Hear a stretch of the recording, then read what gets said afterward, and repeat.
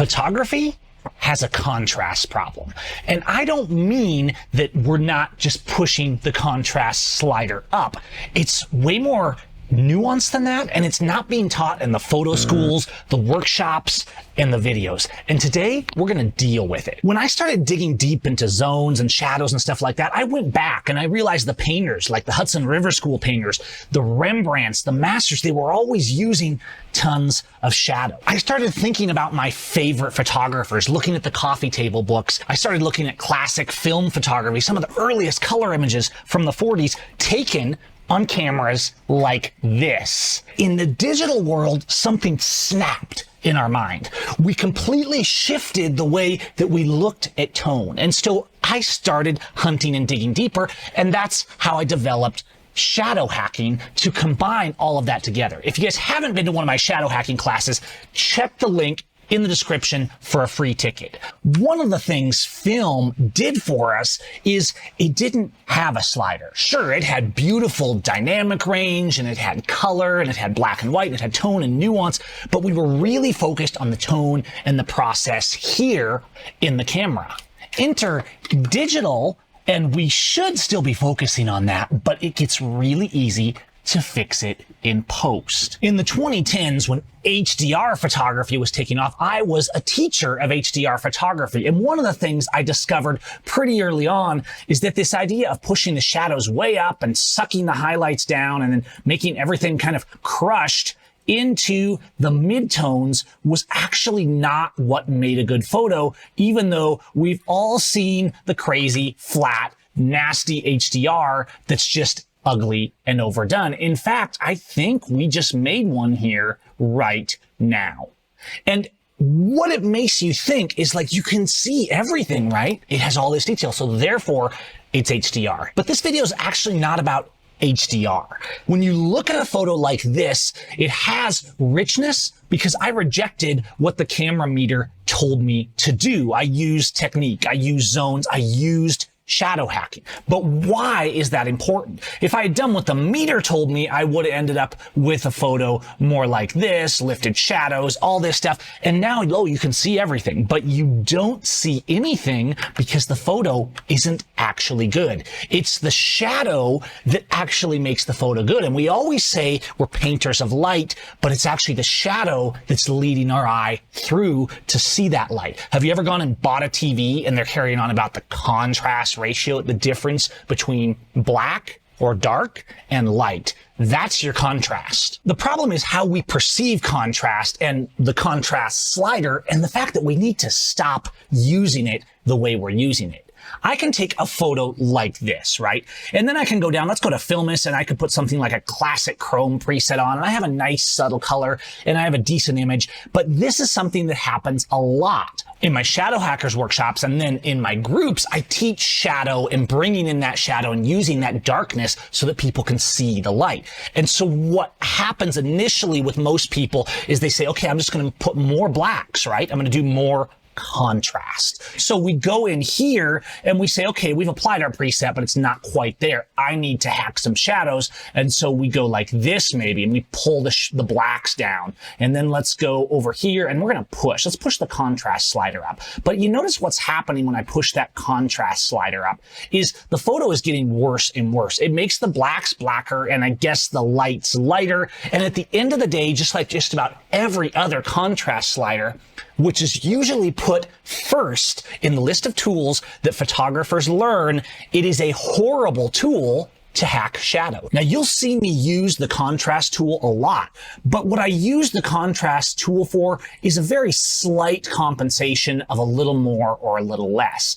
Whites, you can be a little more specific because you can kind of backlight and you can darken those areas. That's the second phase. Then you get down into real tone and contrast control with curves where you can lift highlights. You can do an F curve like I've showed you in videos on this channel. You can lift shadows a little bit and balance it out. But what's wrong with this photo? It's a perfectly reasonable street photo of a bike parked outside a mini mart, but it's not that exciting. and it's never going to be. And this goes to last week's video where I talked about where we take a photo that's not really that great. The light is flat and boring and plain, and there's nothing spotlighted, and there's no emphasis on the subject. And we just beat it and beat it and beat it to death. And people say, okay, I'm going to add shadow. I'm going to burn and dodge. Very powerful tool that I teach a lot. And yet you can't just darken and lighten. The shadow needs to be magical. See, when we think contrast, we think, okay, we're going to make a contrasty photo. I have a contrasty lens. I'm going to use a contrasty filter or preset or Photoshop action or Capture One style. Tools are great and they make us edit better. That's why I invest so much time creating them. But contrast is created by shadow. We're always overlighting. It's so easy to lift sliders, to lift shadows, to expose more, to expose to the right, that we're always pushing everything up, up, up. And what's happening is we're losing the intensity. We're losing the beauty that was actually organic in film photography because you didn't have a slider that you could just overdo it. You knew you had to look for it in the camera. If you look at this photo and you look at its histogram, it leans toward the low-key shadows. It's mostly in the shadows, and it's the bits of light creating the contrast that actually draw your eye. It's not actually how bright your whites are. It's more about how dark your darks are and allowing you to see the whites or the light. So you can edit for contrast. You can shadow hack in your editing, but it starts with the way we think about and create photos from the moment we press the shutter, regardless of the kind of camera we're using. I can take a portrait like this that was made in fairly flat light. I can take the raw file and go down to something like an hectare, and I have this pretty nice image. And then I can think about, okay, I can darken the background. I could use a mask. I could go to elegant speed masks and put a background fade, and I could mix all this up and it looks pretty good. What happens though if we just start saying, oh, I want a more contrasty image here, and just start pushing the contrast slider? It really starts to look terrible. Blacks get too black and really ugly and grungy. Skin tones get ugly. Let's reset this channel here, and you can see our image is a bit flat. So if I wanted to have a little more control than the contrast, I would go and maybe pull down my highlights a little bit. I would pull down my blacks a touch, but toward the lower end, while leaving the mid areas right there at about zone 5 kind of pumped up a little bit. And then I would play a little bit with the deep, deep shadows to create contrast. While the result may come out okay, it's really important to understand that contrast isn't a slider. Contrast is also about the shadows and the dance we create between the shadows and the highlight. Let's look at some black and white. This applies equally to color, but sometimes it's easier to understand what's going on when you're actually just seeing the tone. Because I was just working on an update for my silver presets today, and actually thinking about these techniques I'm describing to you and working on that update, we can talk about the different balances. Contrast, we have deep blacks. We're not trying to lift them up. I used silver. I used black room Photoshop actions, and I processed this to bring out that contrast and create that differentiation between whites and black. But if the tone in this scene had not been good, if I hadn't gone out in that very early morning light mixing with that shadow, no amount of editing I could have done would have given me this rich, detailed contrast. Here's our raw file, a little bit flat, but not bad. In Silver 5.3, I updated all the IQ silvers to be more nuanced and subtle. What I want to show you in this is how there's this gamut of different types of contrast. Some of them work for portraits, some of them work for landscapes, some of them work for streets, and some of them will work one day on one photo and not on another photo. Let's just go through some different mixes of contrast where we're not being distracted by the color. IQ Auto Matte Auto.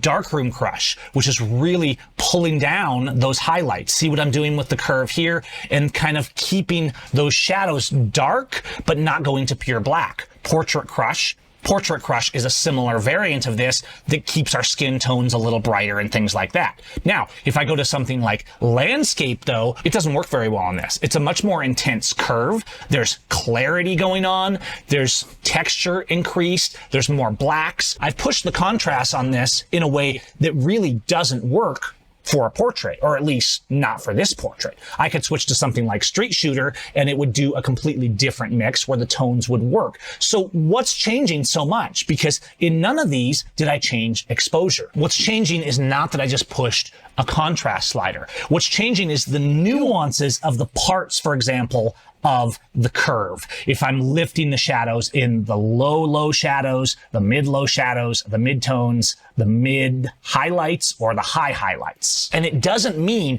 that you can shadow hack any photo and just make any flat, plain, boring photo good by playing with the curves. Not at all. The curves give you way more control than a contrast slider. And for most edits, you should really just stop using the terrible contrast slider unless it's just for a slight nudge up and down. It really shouldn't be the tool at the top. And it's a trap, not just the contrast slider, but all of these sliders and tools in digital pushing shadows and highlights. And yes, even curves, they're so easy to overuse in ways that with film, we didn't do. Now, that doesn't mean these aren't great tools. They're amazing, but we need to use them with balance. If we look at my photo from the Tetons, you can see there's an immense amount of shadow here, and it's combining with the way we mix the highlights. If you start looking at most of your best photos, you're going to find they're filled with shadow. And what that shadow is doing is it's allowing you to have contrast, but not with the contrast slider. Here our model's lit beautifully with this sunset light, despite this pose not actually being the best because of the way I'm slicing through the hair here with this wall behind. But notice how the light on the face of the model, even without a strobe here, is being contrasted by the darkness behind, and it's creating a contrast. It's creating a three-dimensional sort of feel. This is usually something that portrait photographers will do, is they're going to be trying to make sure that their background is a stop or two lower than their subject because it allows the subject to pop. In this portrait, we're creating contrast by the separation, not only of color, because you can create contrast with color separation, but the tonal contrast is created by the skin tones and then everything else just being dark and shadowed and black. Are you starting to see a theme here? The photos that work the best, they have deep contrast. Yes, you can enhance it with the sliders.